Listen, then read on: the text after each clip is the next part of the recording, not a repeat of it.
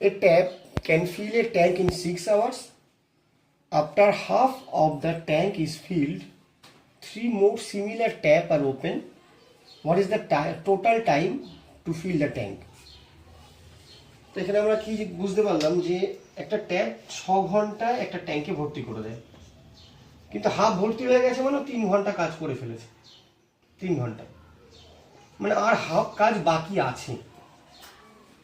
তাহলে হাফ কাজ বাকি আছে সেই অবস্থায় আরো 3টে মোর সিমিলার ট্যাপ যোগ করা আছে। তাহলে যে ট্যাপটার ক্যাপাসিটি 6 ঘন্টায় ট্যাঙ্কটাকে ভর্তি করে, ও 1 ঘন্টায় কতটা করে?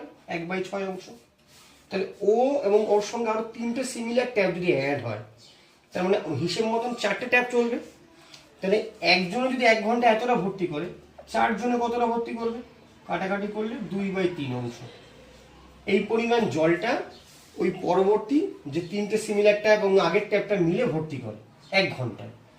তাহলে এত অংশ যদি 1 ঘন্টায় ভরে, এক অংশ কতটা ভরবে? 3/2 ঘন্টায়। আর কতটা বাকি আছে? হাফ অংশ জল ভরতে। তাহলে হাফ অংশ ভরবে, তাহলে 3/4 ঘন্টায়। যদি এটাকে আমরা মিনিটে কনভার্ট করি, 45 মিনিট হবে।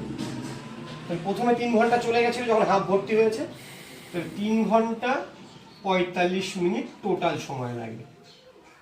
একদম সোজা বোঝা যাচ্ছে, কিন্তু এটা যদি অন্যভাবে দেখি আমরা আবার আগের অঙ্কের মতন দ্বিতীয় নিয়ম দেখাবো, যেটাকে তোমরা শর্টকাটে বলতে পারো।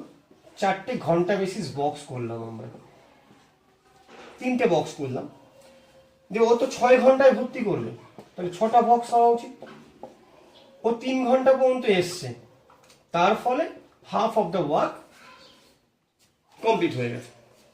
বাকি 3 ঘন্টা পড়ে আছে, কিন্তু 3 ঘন্টায় ও তো আসলে 1 ঘন্টা করে 3 ঘন্টা সময় লাগতো, কিন্তু ও এসছে, ওর সঙ্গে আরো 3টে সিমিলার পাইপ এসছে, মানে টোটাল 4 জন। তাহলে 3 ঘন্টার কাজ আছে, কাজটা করবে 4 জন। একজন করলে লাগতো 3 ঘন্টা, 4 জন করে কত সময় লাগবে? 3/4 ঘন্টা। ব্যাস, এই হাফের জন্য লাগেছে 3 ঘন্টা, আর 3/4 জন্য লাগবে 45 মিনিট।